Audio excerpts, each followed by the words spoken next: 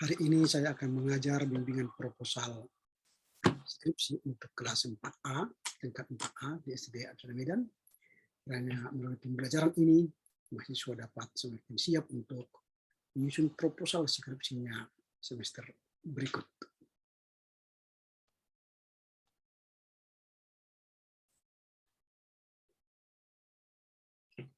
Selamat pagi bagi kita semua.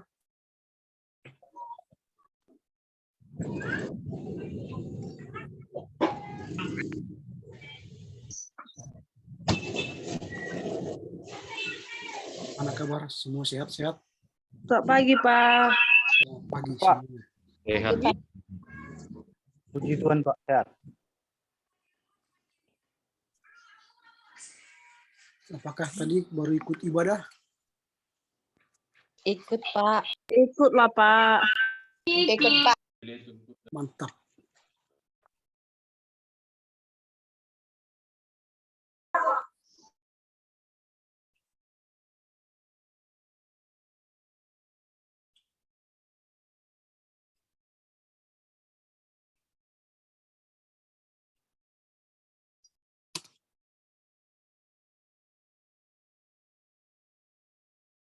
Kita tunggu teman-teman yang lain dulu ya. Mereka mungkin Ya, Pak. masih dalam apa namanya jalan ya menuju Jum ini.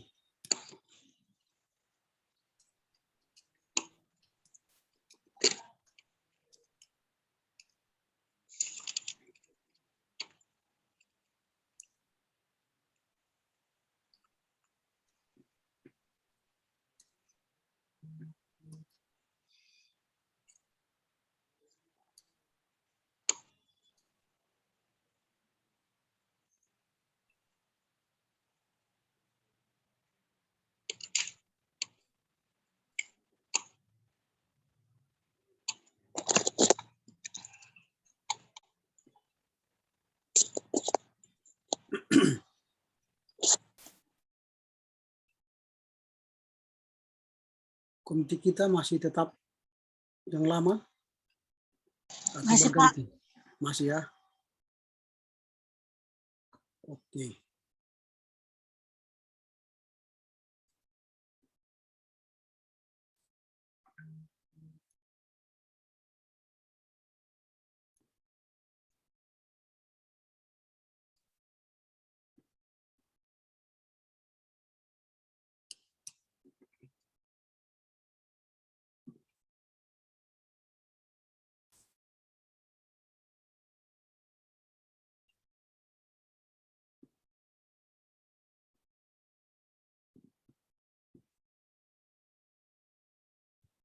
Kita masih 22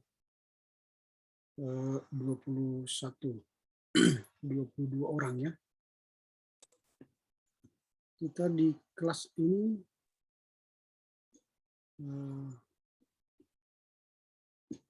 sebentar. Kita ada 33 ya. Sekarang masih 21 yang gabung. Masih 22. Kita tunggu sampai 10 menit, 3 menit lagi. Nanti kalau sudah jam 11:10, kita mulai saja. Menyusullah mereka ke ruang kuliah ini ya. Sambil menunggu mereka bagaimana liburannya. Mengasihkan atau membahagiakan. Asik dan bahagia ya tentunya ya. Diiringi dengan CP, Pak. Eh? Diiringi dengan CP. Oh iya betul. Ada yang CP2 ya. Kalian CP2 ya? Iya, Pak. CP2. Wah, berarti mengasihkan berarti. Karena ada kenalan baru ya. Kalian pergi satu, pulang satu kan? Iya, Pak. Oke. Karena ada teman kalian pergi satu, pulang dua. Artinya dia sambil CP rupanya dia sambil cari pasangan dan akhirnya menikah kan. Teman kalian itu ya? Stambu atas, Pak. Oh, Stambuk atas. Oh, Tombol 17 itu. oh gitu ya. Pantasan dia lebih kebelet mungkin ya. Nggak sabar lagi nunggu tamat. Mungkin terlampau ganteng pemudanya itu. Jadi melupakan kuliahnya sehingga menomorsatukan cintanya. Wah, asik itu. Kita 1 menit lagi ya. Ada yang keluar kota, artinya keluar kota, keluar dari, nggak mungkin juga ya karena CP ya. Pasti luar kota lah ya, keluar dari rumahnya, kampungnya ke tempat CP ya. Oke, pasti di luar kota lah semua. Tapi ini semua kalian sudah di rumah orang tua atau di Medan? Medan, Pak. Medan ya. Orang Di tua, rumah Pak. orang tua, Pak. Yang di rumah orang tua ada yang PPKM, Pak.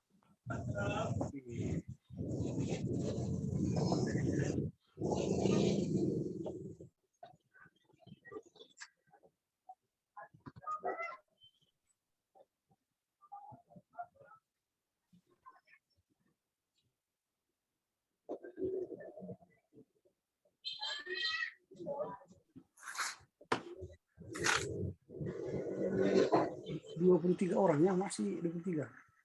Apakah mereka kesulitan masuk atau masih asik di tempat CP? Oke lah, kalau begitu udah pas. Silakan Komti, pilihlah salah satu dari antara kita untuk berdoa pembuka. Siapa yang memilih? Siapa yang mau dipilih? Silakan Komti.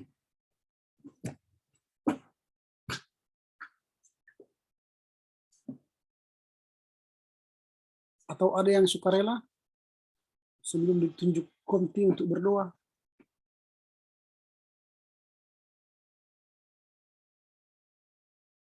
Atau apakah suara saya kedengaran dengan jelas? Dengar, Pak. Dengar ya.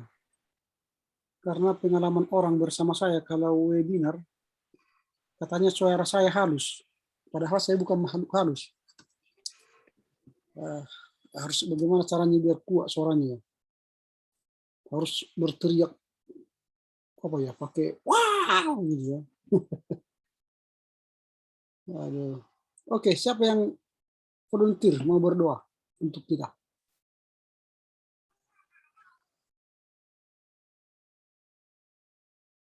Tidak ada juga. Saya, Pak. Oh ya, silakan. Puji Tuhan, ada yang mau. Oke, sebelum memulai perkuliahan kita satukan hati kita, mari kita bersatu dalam doa. Terima kasih Tuhan atas berkat anugerah yang Engkau berikan kepada kami pada hari ini ya Tuhan. Sehingga ya Tuhan kami masih bisa melanjutkan perkuliahan kami ya Tuhan yang kedua pada hari ini, yaitu bimbingan proposal skripsi.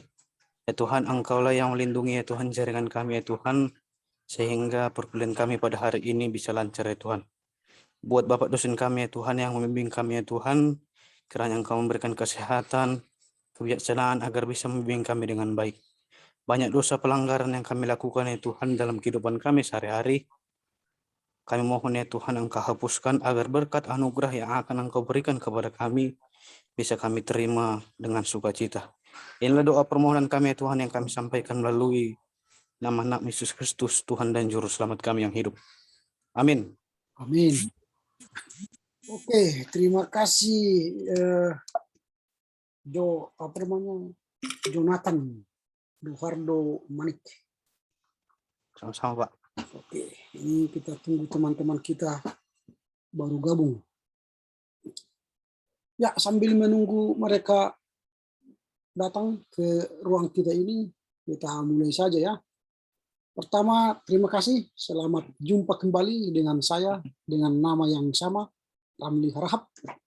Masih tetap itu namanya dan masih bagian dari ST Abisada Medan. Setelah kita berpisah beberapa waktu lamanya, dan kembali kita berjumpa di mata kuliah bimbingan proposal skripsi ini. Menarik untuk kita bahas dengan seksama nanti bimbingan proposal skripsi ini, karena saat yang ditunggu-tunggu kalian sudah hampir tiba. Ya, istilahnya sekarang ini buah kalian sudah mulai matang untuk dituai.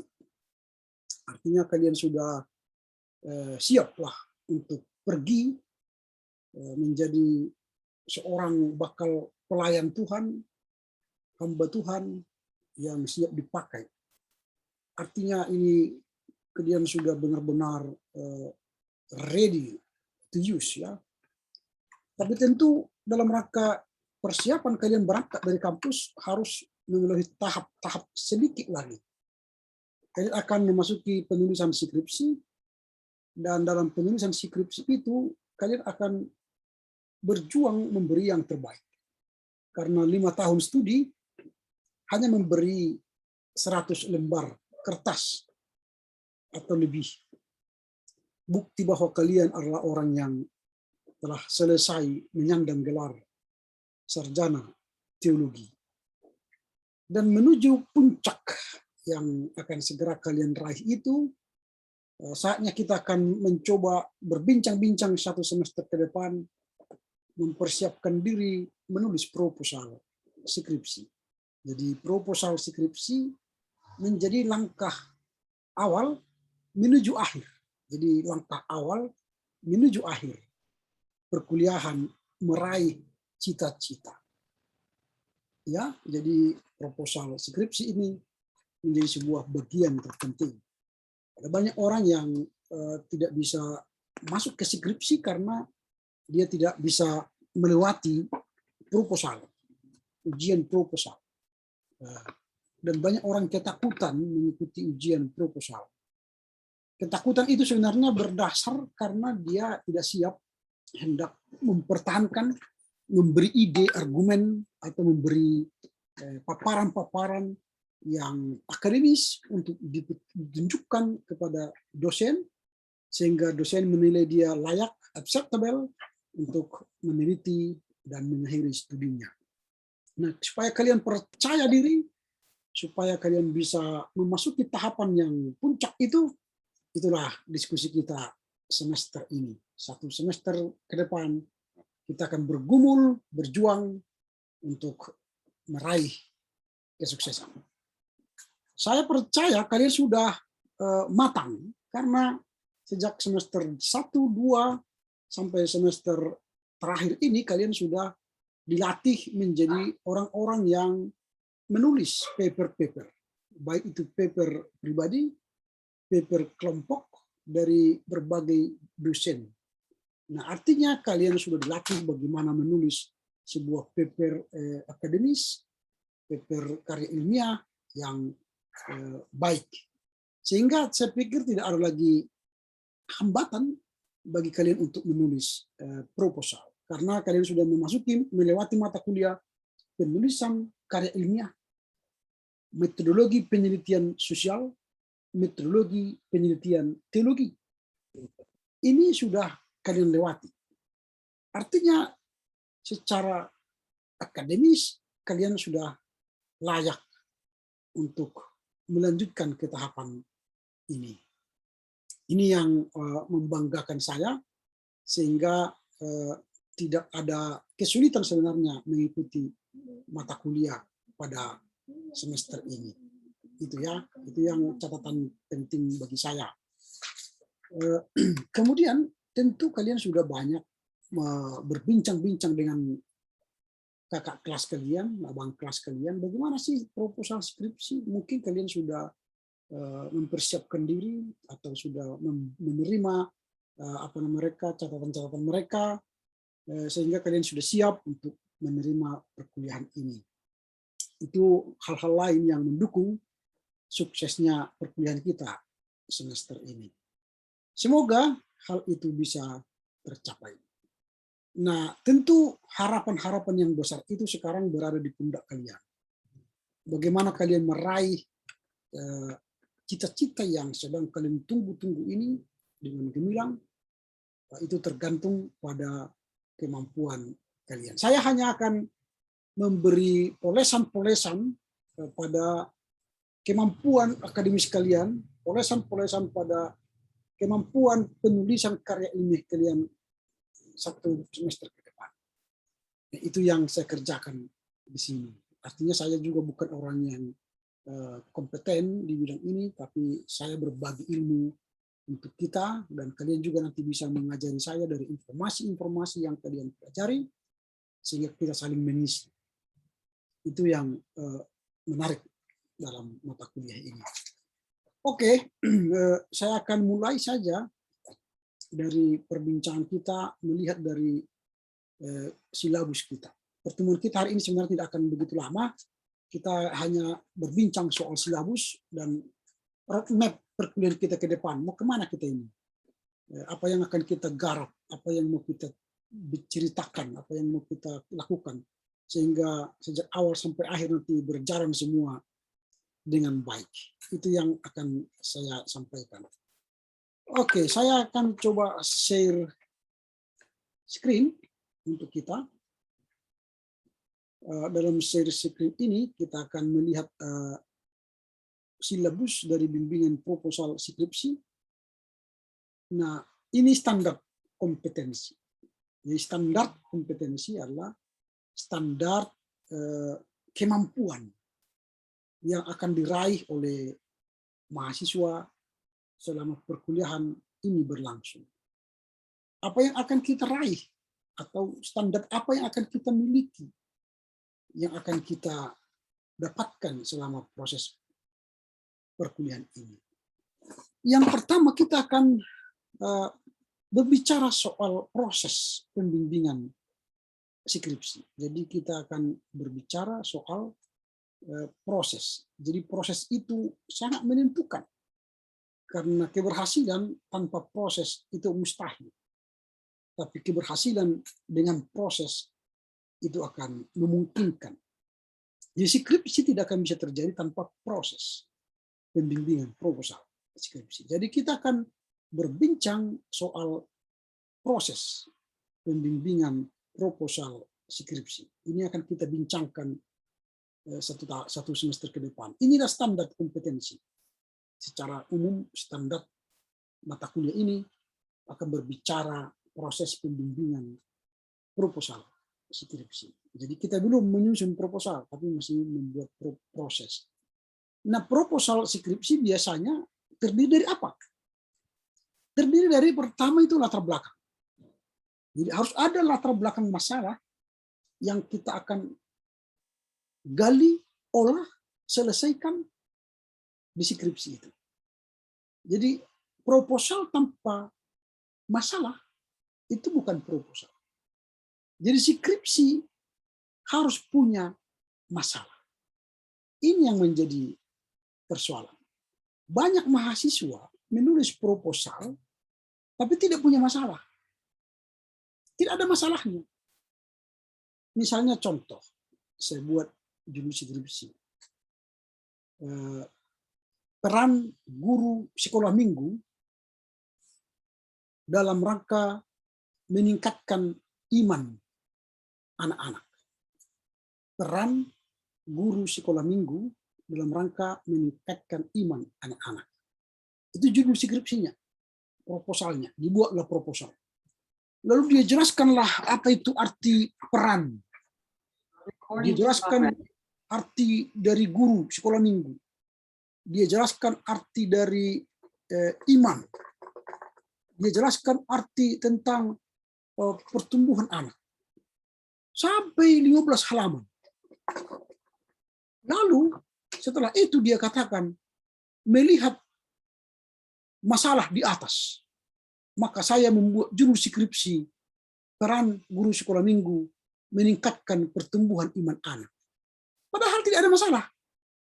Yang dia jelaskan definisi-definisi. Banyak sekali. Menurut dictionary, menurut kamus, menurut Wikipedia, menurut ini, menurut pendapat Profesor X, Profesor Y, dan sebagainya.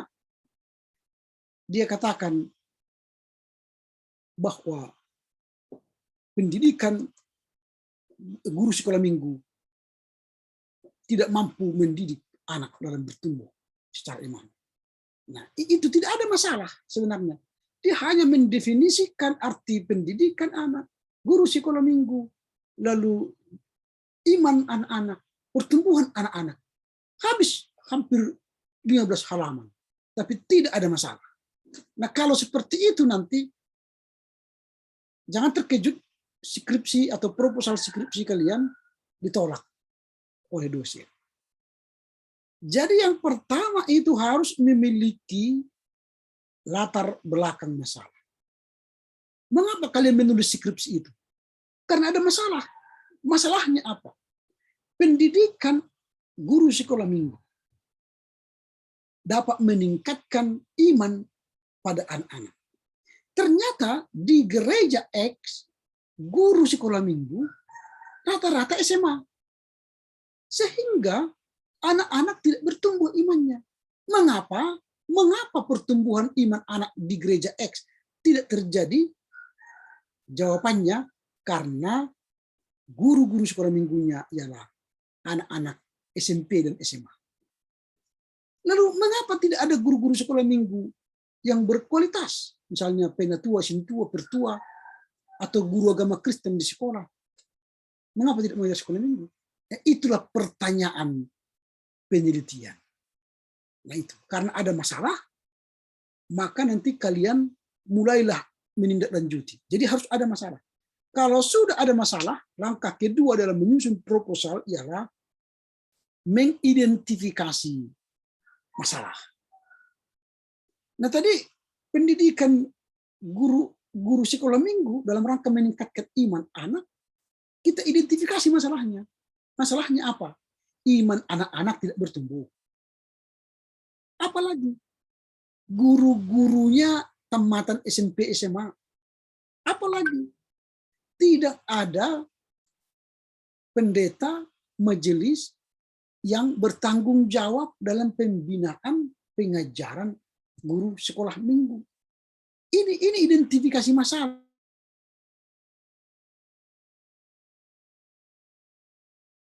Ada identifikasi. Jadi kalau tidak ada identifikasi masalah, maka kita tidak tahu apa masalah yang terjadi di sana. Ada banyak orang begini. Dia buat latar belakang masalahnya. Panjang lebar. Tetapi ketika mengidentifikasi masalah, yang diidentifikasinya bukan masalah yang sedang dia bahas. Tapi masalah orang lain. Dan misalnya contoh, pendidikan guru sekolah minggu dalam rangka meningkatkan iman anak. Itu persoalannya. Dia buat latar belakang tadi. Lalu ketika saat menulis identifikasi masalah, dia buatlah pendeta tidak pernah berkhotbah ke pemuda. Sintua atau penatua sibuk dengan bisnisnya masing-masing. Gereja tidak punya kurikulum kepada pemuda. Nah itu kan beda. Kita bicara peran guru sekolah minggu meningkatkan iman anak, yang dia bahas pendeta membuat tidak pelayanan, tidak membuat kurikulum pemuda, atau penatua tidak bertanggung jawab, tidak ada yang bertanggung jawab kepada pelayanan lain, kan tidak nyambung itu. Jadi identifikasi masalah itu harus dari masalah yang kita temukan. Itu yang kedua. Yang ketiga dalam proposal skripsi ini ialah pembatasan masalah. Pembatasan masalah.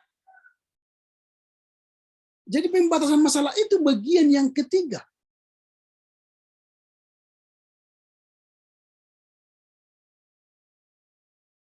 Kalau tidak ada identifikasi masalah, maka sulit kita membatasi masalah.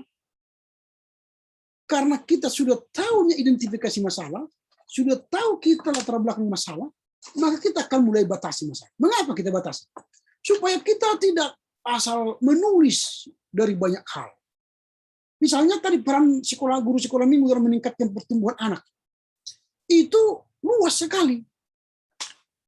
Peran guru sekolah minggu meningkatkan iman anak itu luas sekali. Bisa seluruh Indonesia, bisa seluruh Sumatera Utara, bisa seluruh kota Medan, atau apa. Akhirnya, skripsi kita itu harus kita batasi. Karena waktu, ruang, kemampuan tidak mungkin menulis semuanya. Maka nanti kalian carilah pembatasan masalah. Misalnya kalian bergereja di sebuah gereja X, maka peran guru sekolah minggu meningkatkan pertumbuhan anak di gereja X, maka terbatasi. Jadi tidak Sumatera Utara keseluruhan, tidak Indonesia keseluruhan, tidak dunia keseluruhan, tapi kita batasi masalah kita. Peran guru sekolah minggu dalam meningkatkan iman anak ini akan saya pusatkan di gereja X, resort X, atau klasis X. Itu pembatasan masalah. Nah, kemudian kalau sudah ada latar belakang masalah, sudah ada masalah yang kita teliti, sudah mampu kita mengidentifikasi masalah-masalah itu, sudah mampu kita membatasinya supaya jangan lari, maka langkah berikutnya ialah perumusan masalah. Kita rumuskan masalahnya. Jadi perumusan masalah ini disebut dengan pertanyaan penelitian. Pertanyaan penelitian itu jangan banyak-banyak. Cukup 3. Makin banyak pertanyaan kita, makin banyak yang kita jawab. Apa yang kita tanya di rumusan masalah harus kita jawab nanti di bab 2, bab 3, bab 4. Tapi yang sering terjadi nanti setelah penulisan masalah, atau rumusan masalah, mahasiswa tidak mampu mensinkronkan antara latar belakang masalah yang dia tahu, identifikasi masalahnya, lalu dia sudah batasi masalahnya, tapi tidak tahu pertanyaan penelitiannya. Itu yang sering terjadi. Misalnya begini tadi, peran guru sekolah minggu dalam rangka meningkatkan iman anak. Itulah dia buat proposal skripsinya. Dia sudah identifikasi masalahnya, dia sudah batasi masalahnya, sekarang dia merumuskan masalah. Dia akan mencari 3 pertanyaan yang berkaitan dengan peran guru sekolah minggu dalam rangka meningkatkan pendidikan atau meningkatkan iman anak. Nah, tetapi ada orang, tadi saya katakan, rumusan masalah tidak sinkron dengan latar belakang masalah. Tadi dia sudah mengatakan bahwa pendidikan, peran guru sekolah minggu itu dalam rangka mendidik pertumbuhan iman itu sangat besar. Ternyata di gereja X, iman anak-anak itu tidak bertumbuh karena apa? Mengapa? Itu kan pertanyaan. Mengapa pertumbuhan iman anak di gereja X tidak terjadi dengan baik? Itulah rumusan masalah. Itulah pertanyaan besar penelitian itu. Mengapa pertumbuhan iman anak di gereja X tidak terjadi dengan baik? Itu harus dijawab di bab 2, bab 3, bab 4 penelitiannya. Nah, tapi ada sering masalah begini. Dia sudah tahu latar belakang masalahnya dan sebagainya. Pertanyaan penelitiannya berbeda. Jadi dia sudah tahu bahwa anak itu tidak bertumbuh imannya. Dia sudah lihat bahwa guru sekolah minggunya anak SMP dan SMA. Lalu pertanyaan penelitiannya adalah, apakah yang dimaksud dengan iman anak? Itu. Apakah yang dimaksud dengan iman anak?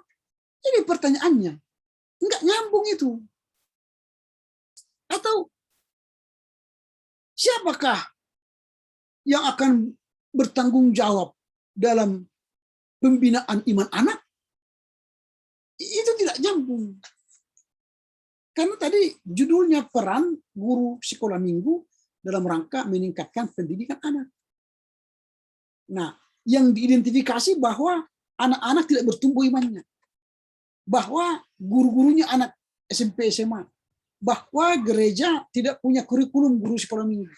Tidak pernah sermon guru sekolah minggu. Itu identifikasi masalah. Tapi dia membuat pertanyaan penelitian. apakah yang dimaksud dengan iman anak? Apakah yang dimaksud dengan guru sekolah minggu?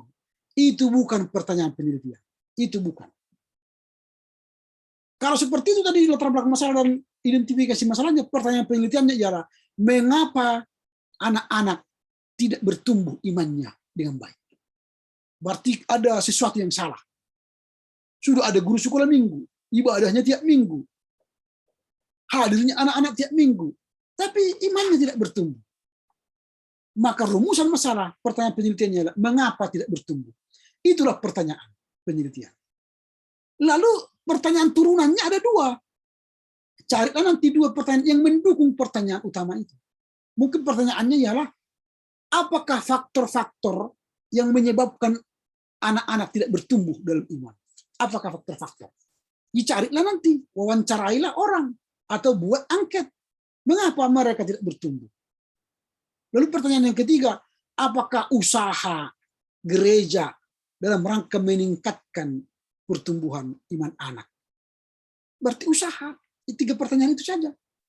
Usaha itu nanti kan bisa mencari guru-guru sekolah minggu yang berkualitas, dari penatua, pertua, atau dari guru agama Kristen yang di sekolah tapi dia tidak mengajar sekolah minggu. Nah, itu direkrut. Atau memang guru-guru pendidikan agama Kristen yang bertamat dari STT Abisada Medan dipanggil, digaji untuk menjadi guru sekolah minggu. Nah, itu cara solusi. Kalau sudah seperti itu, maka nanti proposal skripsi kalian itu sudah bagus. Nah, inilah yang perlu digali. Lalu setelah itu sudah ada masalah, sudah ada identifikasi masalah, sudah ada pembatasan masalah, sudah ada pertanyaan penelitian. Lalu masuklah kita pada langkah berikutnya, yaitu tujuan penelitian. Lalu apa manfaat penelitian? Tujuan kita meneliti pertumbuhan iman anak di gereja X tadi apa? Supaya kita tahu bagaimana pertumbuhan iman anak di gereja X. Itu kan tujuannya. Supaya saya tahu, supaya kita tahu bagaimana pertumbuhan iman di gereja X. Kedua, supaya kita tahu bagaimana proses pendidikan guru sekolah minggu di gereja X. Ketiga, supaya kita tahu bagaimana peran gereja dan tanggung jawab gereja dalam rangka meningkatkan iman anak. Itu tujuannya. Kalau tiga tujuan penelitian, maka harus juga tiga manfaat penelitian. Jadi kalau tiga tujuan penelitiannya, maka manfaatnya harus tiga. Ada banyak orang, dia buat 5 tujuan penelitian, tapi manfaatnya 3. Ada manfaatnya 2. Bagi penulis dan bagi gereja katanya. Enggak boleh. Harus sinkron. Kalau tujuannya ada 5, maka manfaatnya ada 5. Dan tujuan dan manfaat itu harus sinkron juga. Jangan nanti dibuat tujuan, tapi manfaatnya beda. Misalnya begini. Nah, tujuan pendidikan peran guru agama Kristen, peran guru sekolah minggu dalam rangka meningkatkan pendidikan iman atau meningkatkan iman anak-anak. Tujuannya supaya kita tahu bagaimana pertumbuhan anak. Oke, bagus. Supaya kita tahu bagaimana peran gereja membina iman anak. Oke, bagus. Lalu tiba-tiba manfaat, dia buat begini, manfaat dari penelitian ini supaya kita mendapatkan informasi tentang bagaimana gereja X mengalami pertumbuhan jemaat, supaya gereja X bisa berkembang menjadi gereja yang besar, supaya gereja ini pendetanya bisa mendapatkan penghargaan yang besar. Itu kan nggak nyambung. Tujuan penelitian dan manfaat penelitian tidak nyambung. Itu sama seperti misalnya begini. Kita pergi ke toko sayur. Apa tujuan kita pergi ke toko sayur? Membeli sayur-sayuran. Itu kan tujuannya. Lalu kita sudah buat tujuan saya ke toko sayur ialah mendapatkan sayur yang lebih fresh. Lalu apa manfaatnya? Lalu dibuatlah manfaat dari pergi ke toko sayur ialah supaya saya dapat membeli kuota internet saya. Itu manfaatnya. Ya kan nggak nyambung. Tujuan untuk membeli sayur yang fresh, manfaatnya mendapatkan kuota internet yang banyak. Ya, nggak nyambung. Sering seperti itu, mahasiswa membuat tujuan dengan manfaat berbeda. Sehingga skripsi itu tidak nyambung apanya. Sistematikanya, alur berpikirnya tidak nyambung. Ingat, skripsi itu kita sedang berlatih membangun sistem berpikir kita, menyelesaikan masalah. Nanti di jemaat kita akan menemukan banyak masalah. Lalu kita akan menjawab masalah itu dengan sistematika berpikir yang runut. Latar belakang masalah, lalu temukan identifikasi masalah, batasi masalahnya, rumusan masalah, tujuan, manfaat. Lalu langkah berikutnya apa? Kalau kita sudah sampai kepada manfaat, maka masuklah kita kepada hipotesa. Hipotesa ini dugaan awal. Kalau kita memilih nanti penelitian kita metodologinya adalah kuantitatif, maka kita punya hipotesa. Karena dia positivisme. Tapi kalau kita memilih kualitatif, tidak perlu hipotesa. Karena dia adalah nihilisme. Dia datang dari sesuatu yang tidak ada menjadi ada. Itu nihilisme kualitatif. Tapi kalau kuantitatif, dia sudah positivisme. Apakah ini handphone? Ini sudah handphone. Ini bagi kuantitatif, dia akan mengatakan hipotesa. Diduga barang ini adalah handphone. Diduga, belum tentu. Karena setiap yang bersegi 4 hitam seperti ini belum tentu handphone. Lalu dia buatlah angket. Dia sebar orang. Apakah ini handphone? Nah, tergantung jawabannya. Dari 50 orang berapa menjawab? Itu handphone. Kalaupun ini handphone, tapi kalau semua orang yang kita beri angket sampai hanya 10 orang yang mengatakan handphone, ini belum tentu handphone. Itu hipotesa, diduga. Itu biasanya untuk kuantitatif. Tapi kalau kualitatif tidak. Karena dia tidak bisa menduga, karena tidak ada yang dia tahu. Dia kualitatif. Nah, setelah kita untuk menyelesaikan hipotesa, langkah berikutnya dalam proposal yang harus kita lakukan ialah metodologi penelitian. Metodologi itu ialah ilmu. Bagaimana kita menyelesaikan masalah. Tadi peran guru sekolah minggu dalam rangka meningkatkan iman anak, pertumbuhan iman anak. Lalu bagaimana masalah ini kita selesaikan? Mengapa anak-anak tidak bertumbuh imannya? Ilmu apakah yang akan kita pakai menyelesaikan masalah ini? Maka dalam penelitian ini, untuk mencari jawaban terhadap persoalan pertumbuhan iman anak di gereja X, saya menggunakan metodologi penelitian kualitatif. Dengan cara saya akan melakukan studi lapangan, mewawancarai lebih dalam beberapa orang dari kalangan guru sekolah minggu, anak-anak sekolah minggu, orang tua, pendeta, dan majelis jemaat. Itu kalau metodologinya kualitatif. Tapi kalau kuantitatif, maka saya akan menyelesaikan masalah di atas dengan metodologi kuantitatif. Dengan cara saya akan menyebarkan angket atau kuesioner kepada para guru sekolah minggu, para orang tua, para anak didik, untuk mendapatkan apakah mereka bertumbuh dalam iman. Itu metodologi. Harus dijelaskan metodologinya. Dan setelah kita sudah menemukan metodologi penelitiannya, maka yang terakhir ialah sistematika penelitian. Maka ada bab 1, bab 2, kerangka teori, bab 3 metodologi, bab 4 hasil penelitian, bab 5 kesimpulan. Itu sudah harus kita ketahui sebagai standar kompetensi mata kuliah ini. Ini standarnya. Jadi secara umum kita sudah mengetahui apa itu bimbingan skripsi, proposal skripsi. Isinya akan membahas tentang latar belakang masalah, identifikasi masalah, pembatasan masalah, rumusan masalah, tujuan penelitian, manfaat penelitian, hipotesa, metodologi, dan sistematika penelitian. Kalau ini sudah klop, nanti semester ini selesailah kita ini, semester depan kalian akan menulis proposal skripsi. Langkah selanjutnya adalah pergilah ke dosen-dosen yang kalian anggap mumpuni untuk membimbing kalian di semester penulisan skripsi. Jadi kalian sudah punya angan-angan, bayang-bayangan saya akan menulis bidang PB. Oh, berarti saya akan menghubungi Pak John Riah. Saya PL aja lah, berarti Pak John atau Pak AJS. Wah, kalau saya akan menulis ilmu agama, berarti Pak Erik. Wah, saya menulis pendampingan pastoral, berarti Pak JHS. Saya akan menulis tentang historika, Pak hubungilah BT atau JJD. Itu kita sudah punya bayangan-bayangan, lalu bincang-bincanglah dengan dosen itu sebelum menulis proposal. Lalu katakan, Pak, saya mau menulis ini, peran guru agama, peran guru sekolah minggu dalam rangka meningkatkan iman di gereja X.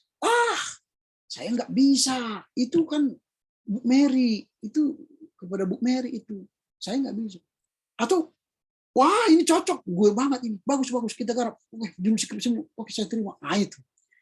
Itu kalau sudah selesai kita mata kuliah ini.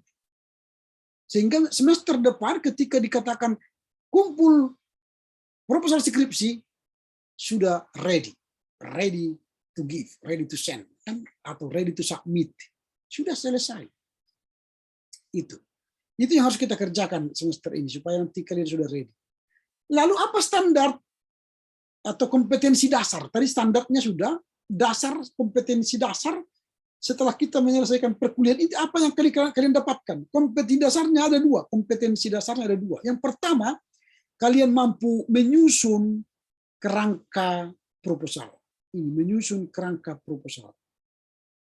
Jadi kalau sudah tamat perkuliahan ini, kalian sudah mampu menyusun kerangka proposal. Apa kerangka proposal? Harus ada latar belakang masalah, identifikasi masalah, harus ada pembatasan masalah, harus ada perumusan masalah, harus ada tujuan manfaat, harus ada hipotesa, baru metodologi, lalu sistematika penyelesaian. Itu di dalam bayangan kita sudah mampu menyusun kerangka proposal. Karena ada banyak mungkin orang menyusun proposal, ketika dia susun kerangka proposalnya langsung dia buat pertama tujuan penelitian, kedua manfaat penelitian, keempat metodologi penelitian, kelima latar belakang.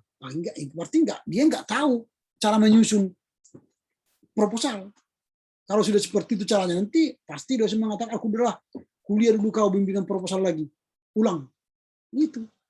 Jadi kalian diharapkan dengan selesainya perkuliahan ini, kalian sudah punya kompetensi. Kompetensi itu kemampuan dasar menyusun kerangka proposal skripsi. Apalagi dengan menyelesaikan studi ini, maka kalian akan mampu menunjukkan kemampuan menerapkan panduan penyelesaian karya ilmiah. Ada banyak mahasiswa yang sudah menulis skripsi, tidak tahu cara mengutip dari internet, ya, dari kamus, dari bunga rampai, dari dictionary, ensiklopedi, dari buku, dari jurnal, dari tesis, skripsi, dari wawancara, dari koran. Dia tidak tahu mengutipnya. Tapi dia sudah masuk pada penulisan skripsi. Gila itu. Bagaimana mungkin dia selesai dengan baik kalau dia tidak tahu cara mengutip sumber-sumber secara ilmiah? Dan ini tidak sering, bahkan sampai sekarang saya hadapi. Dan kita proses pembimbingan saya ajari berdasarkan ini, model ini, Turabian atau apa, atau IIE, atau MLE. Wah, ini catatan perut, ini catatan kaki. Enggak tahu. Ini mengutip dari ensiklopedi, ini mengutip dari kamus, ini mengutip dari buku, ini mengutip dari jurnal. Juga tidak tahu. Wah, ini kan berkeringat kita mengajarinya. Nah, makanya semester ini kita harus pastikan saya memoles ingatan kalian lagi, mempertajam ingatan kalian lagi, bagaimana cara mengutip sumber dari berbagai sumber itu. Harus mampu. Itu kompetensi dasar kalian. Lalu apalagi kompetensi khusus yang akan kalian dapatkan setelah perkuliahan ini berakhir, maka kalian diberi kesempatan menerima bimbingan dosen menurut bidangnya. Ini nanti kompetensi khusus. Lalu kalian sudah dinyatakan lulus nanti seminar proposal skripsi, maka diberikanlah kepada kalian 3 orang dosen yang akan membimbing kalian dalam penulisan karya ilmiah kalian, itu skripsi. Itu yang pertama. Jadi ada kesempatan menerima bimbingan. Yang kedua, kalian akan menentukan sebuah topik masalah. Ini dia sulit.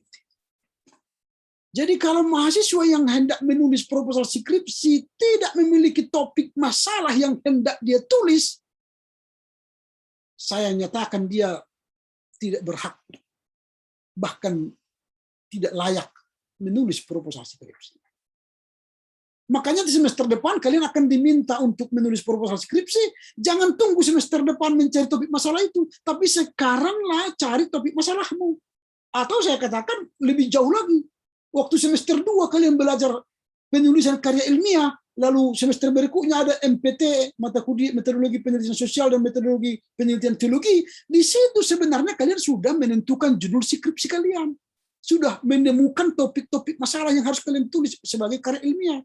Sehingga kalian punya waktu untuk mengumpulkan sumber-sumber, mengumpulkan buku, jurnal, ensiklopedi, kamus, dan clipping-clipping koran.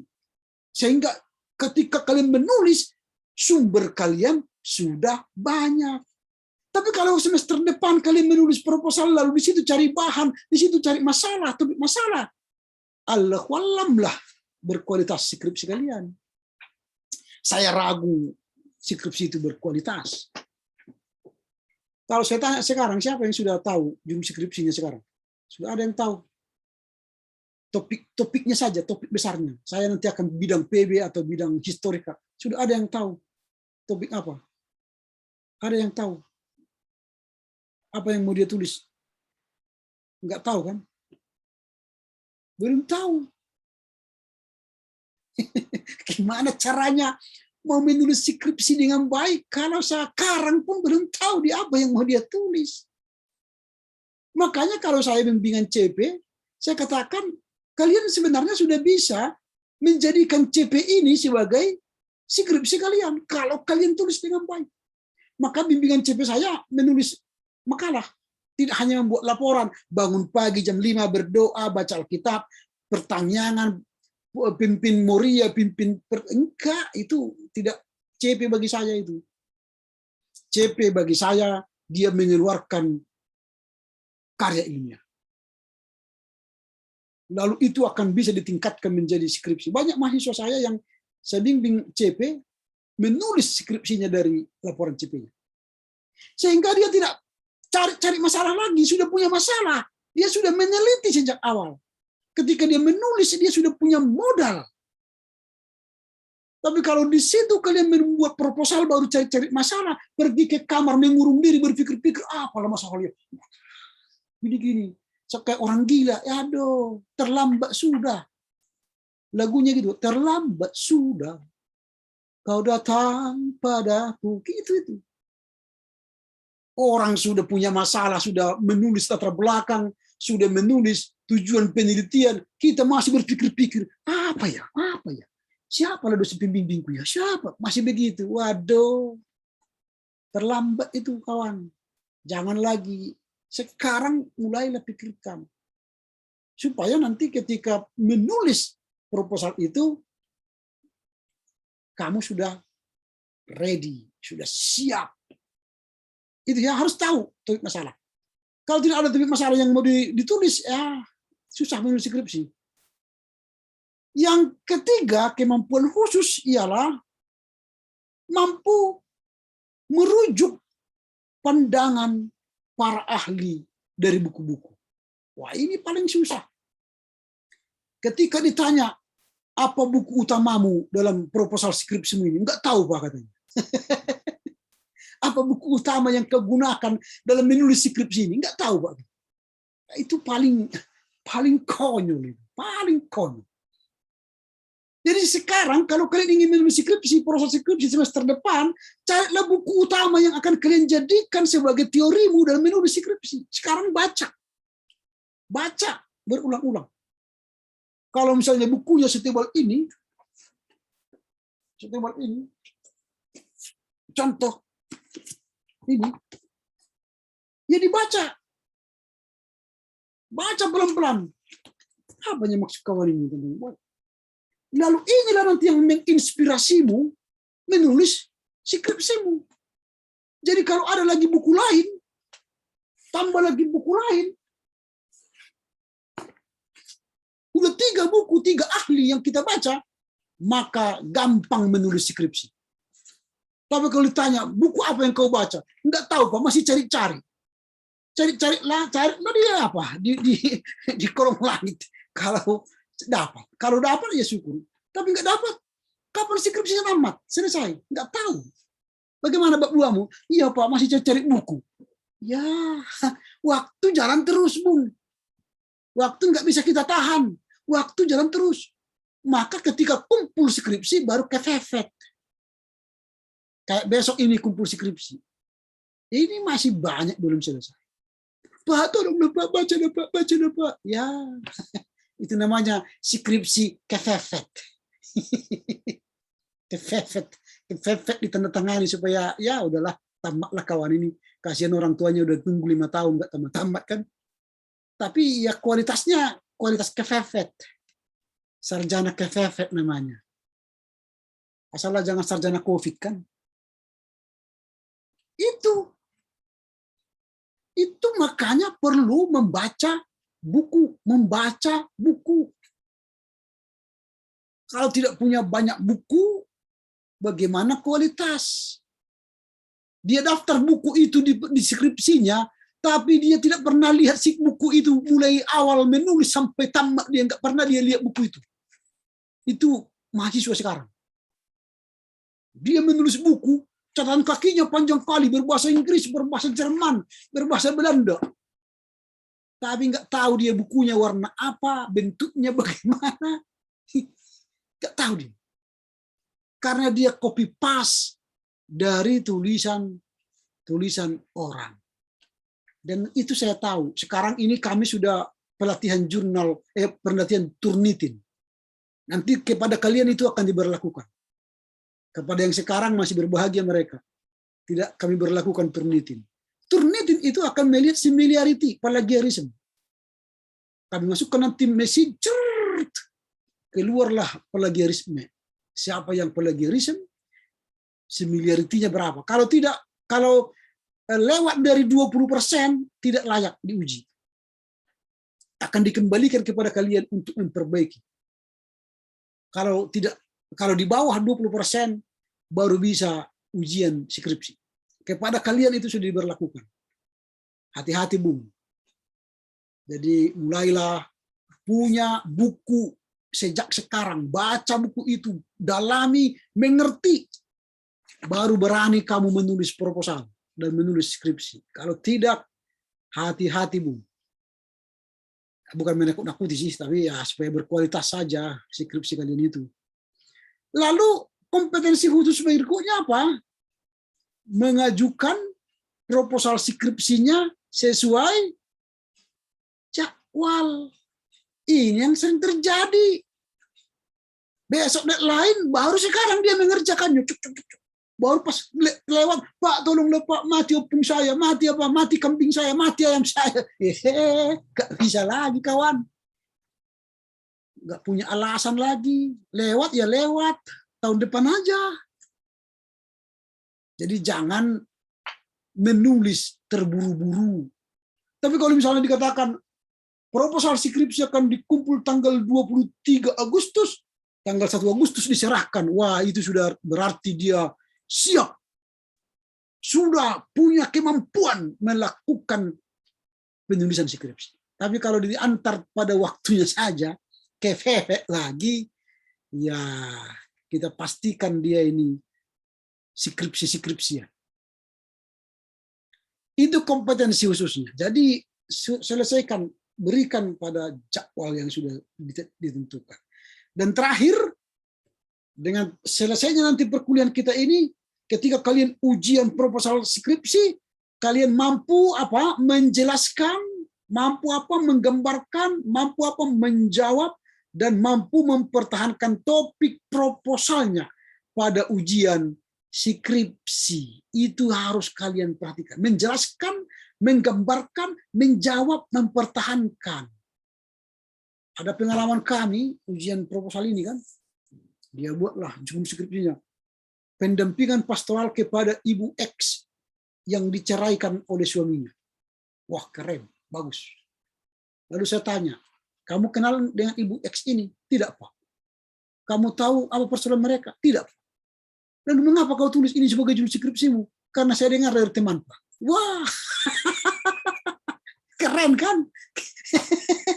Dia tidak kenal, tidak tahu masalahnya, tapi berani menulis skripsi dengan judul pendampingan pastoral kepada Ibu X yang diceraikan suami. Itu namanya orang berani berperang tanpa bawa alat senjata apapun.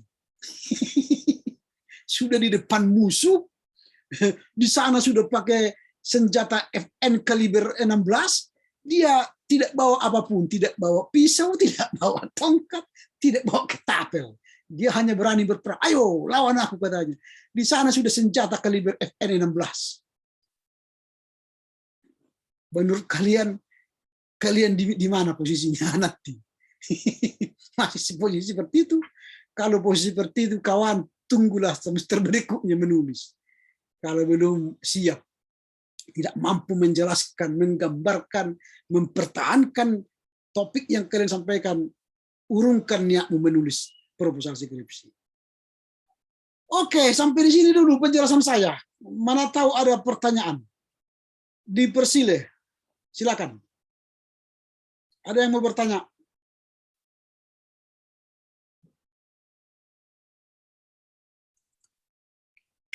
Ada yang mau bertanya?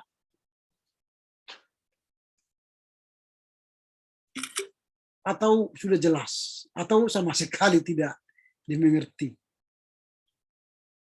Mana yang kalian pilih? Jelas, tidak mengerti, atau ya udahlah, pas gitu kan? Yang mana? Udah paham? Atau suara saya tidak kedengaran? Kedengaran, Pak. Kedengaran juga ya? Kedengar, Pak. Semoga lah, karena suara saya sering halus katanya.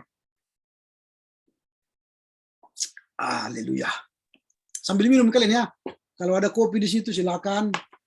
Teh manis atau kalau saya masih teh putih lah dulu. Iya, Pak. Karena saya sudah manis. Jadi dipandang aja sudah manis. Jadi tak usah pakai manis-manis lagi. Oke, kalau kalian senyumkan jadi enak. Tapi yang bagi buka kamera, kalau yang lain bagaimana kita tahu senyumnya ya.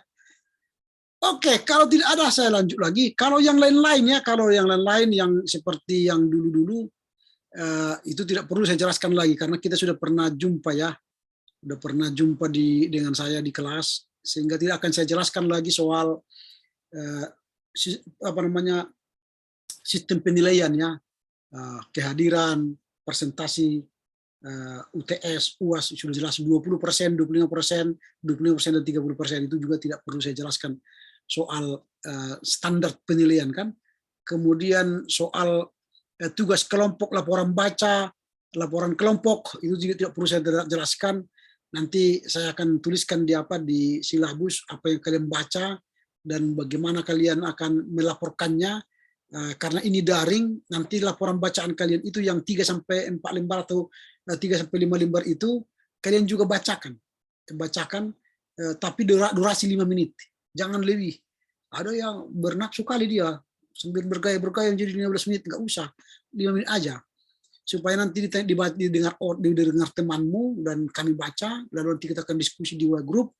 Demikian kelompok, nanti dia akan menuliskan 15-20 halaman, lalu dia akan menjelaskan, kelompok itu akan menjelaskan, bisa sharing dengan menggunakan Kenmaster atau apa, berarti digabung videonya walaupun berjarak jauh, ada di kampung, ada di kota, ada di desa dan sebagainya, digabung videonya 15 menit sampai 20 menit, menjelaskan presentasi kelompok, baru nanti kita nilai atau diskusi.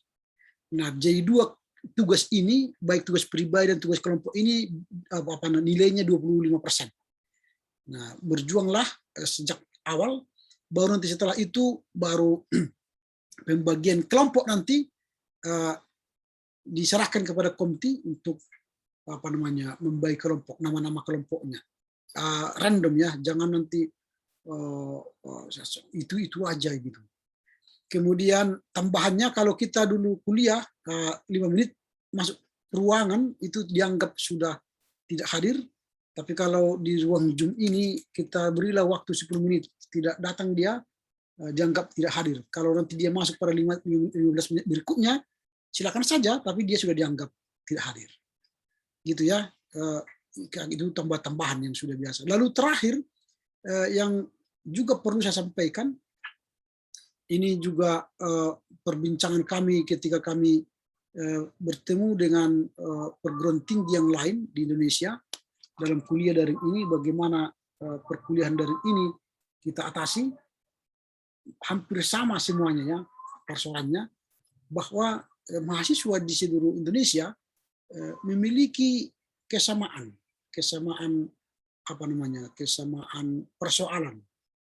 Apa itu kesamaan persoalan? Tidak bisa bergabung dengan alasan internet, mati listrik, mati lampu, hujan, cuaca, kuota, sinyal dan sebagainya. Itu dulu di awal perkuliahan daring ya kami masih menerima itu. Nah, tetapi pada pertemuan berikutnya itu tidak lagi diterima, tidak lagi acceptable, karena kita sudah hampir 5 semester kuliah secara daring. Jadi tidak ada lagi alasan, Pak mati lampu di sini, Pak hujan di sini, Pak internetku sinyalnya begini, Pak banyak sekali. Jadi perkuliahan daring sekarang, mahasiswa tidak boleh kalah dengan situasi. Mahasiswa harus berjuang melawan tantangan.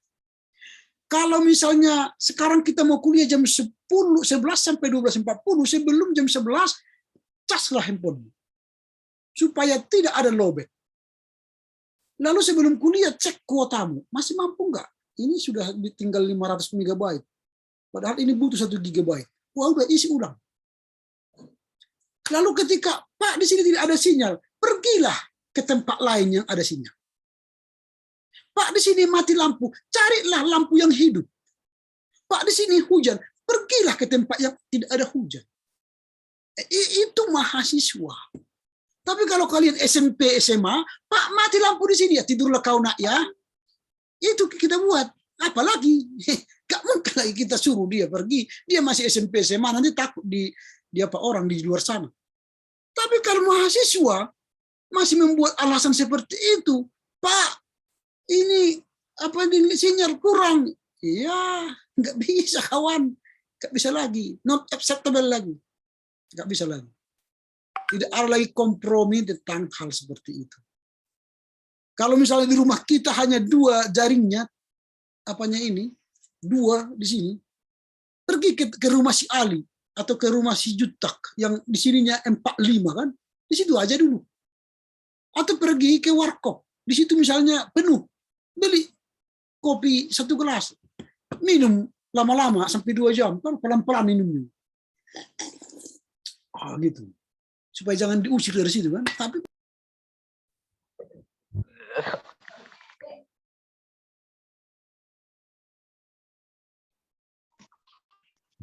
yang penting naik bukit hari itu aja. Kalau mati 1 hari juga udah berserah aja.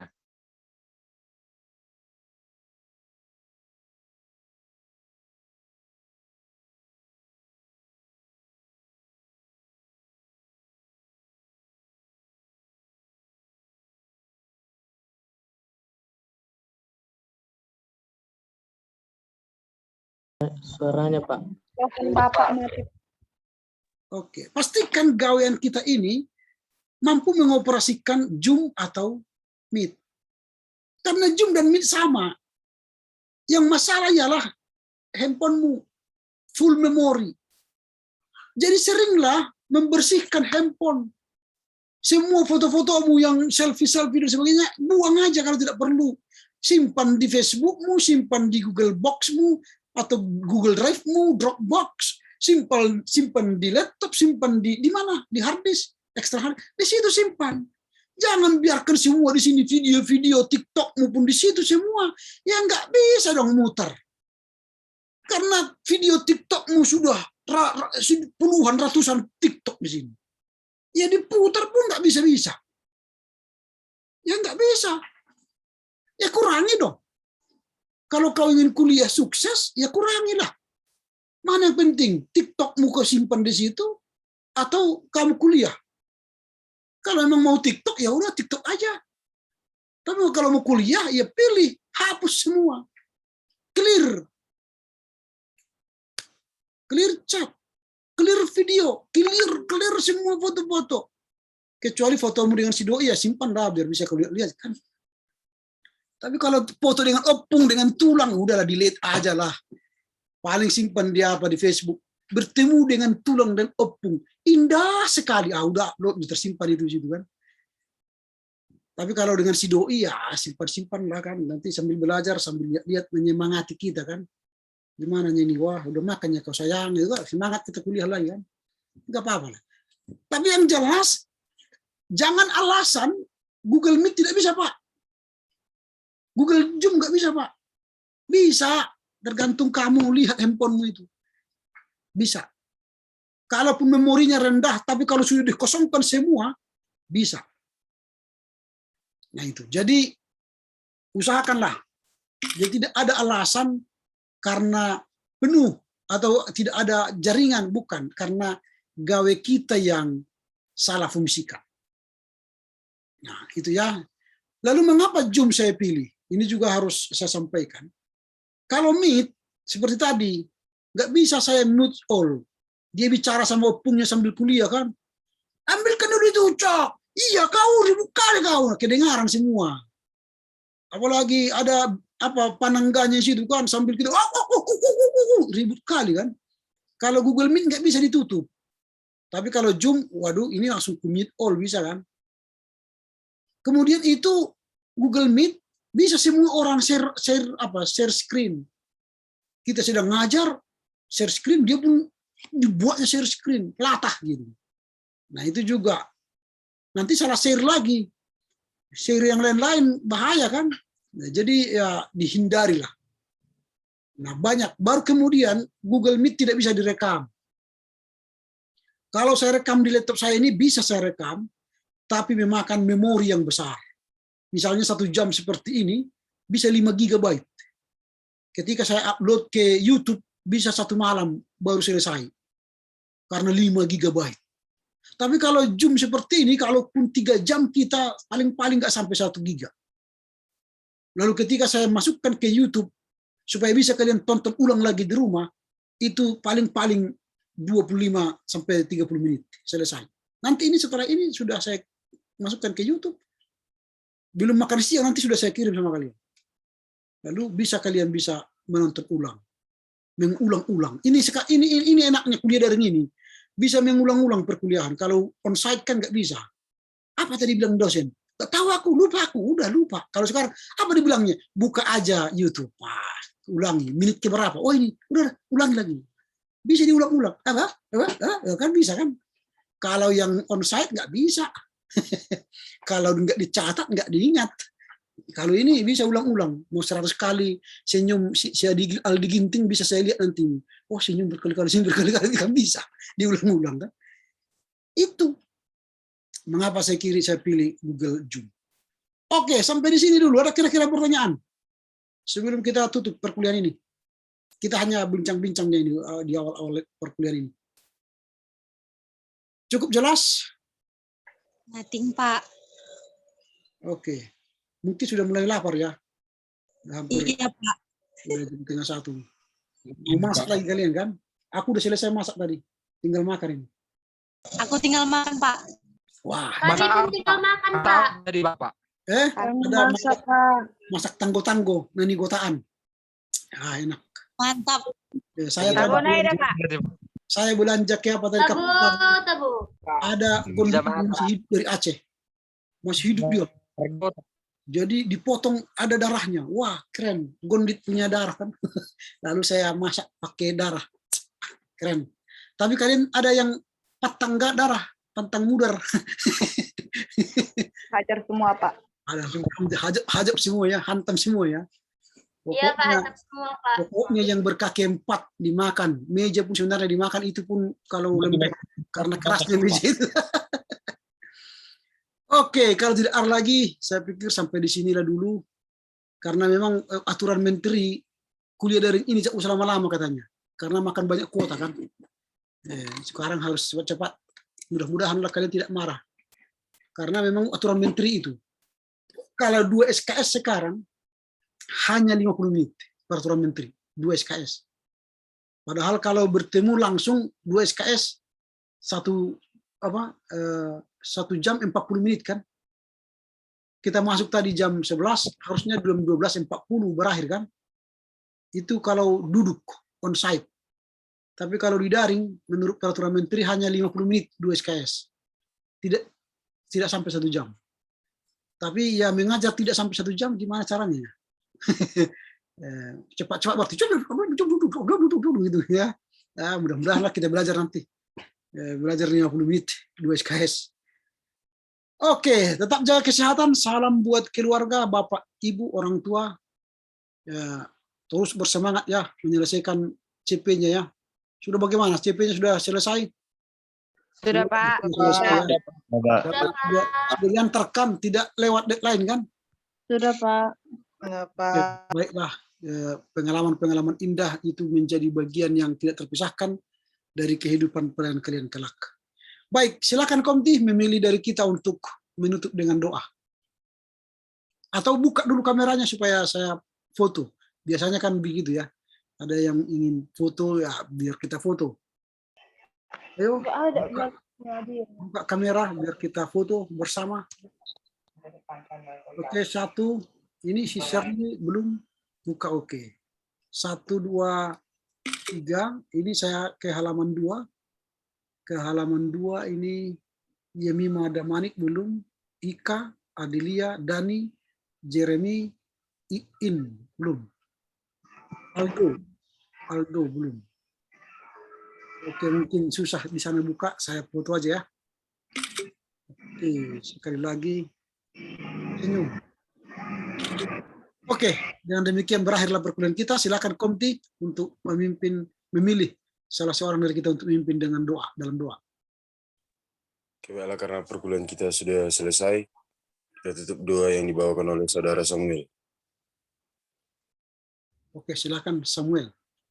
Ya, untuk menutup perkuliahan kita, mari kita bersatu di dalam doa. Kembali kami mengucapkan syukur kepadamu ya Tuhan atas segala berkat dan tangan kasih setiamu yang tetap kami rasakan, sehingga kami dapat merasakan cinta dan kasih-Mu pada siang hari ini. Ya Tuhan, pada pertemuan hari ini kami telah menyelesaikan perkuliahan kami. Kiranya Engkau yang memberikan kami kekuatan supaya kami dapat melaksanakan setiap pelajaran yang kami dapatkan dalam suatu hari ini. Aktivitas kami yang selanjutnya akan kami laksanakan, kiranya Engkau yang memberkati supaya dapat berjalan dalam sukacita dan di dalam kesehatan yang daripada Tuhan. Dalam nama anak Tuhan Yesus Kristus kami berdoa dan mengucap syukur. Amin. Amin. Oke, selamat siang ya. Menjua-jua. Terima kasih, Pak. Horas. Sehat. Saya tutup ya. Oke, Pak. Iya Pak.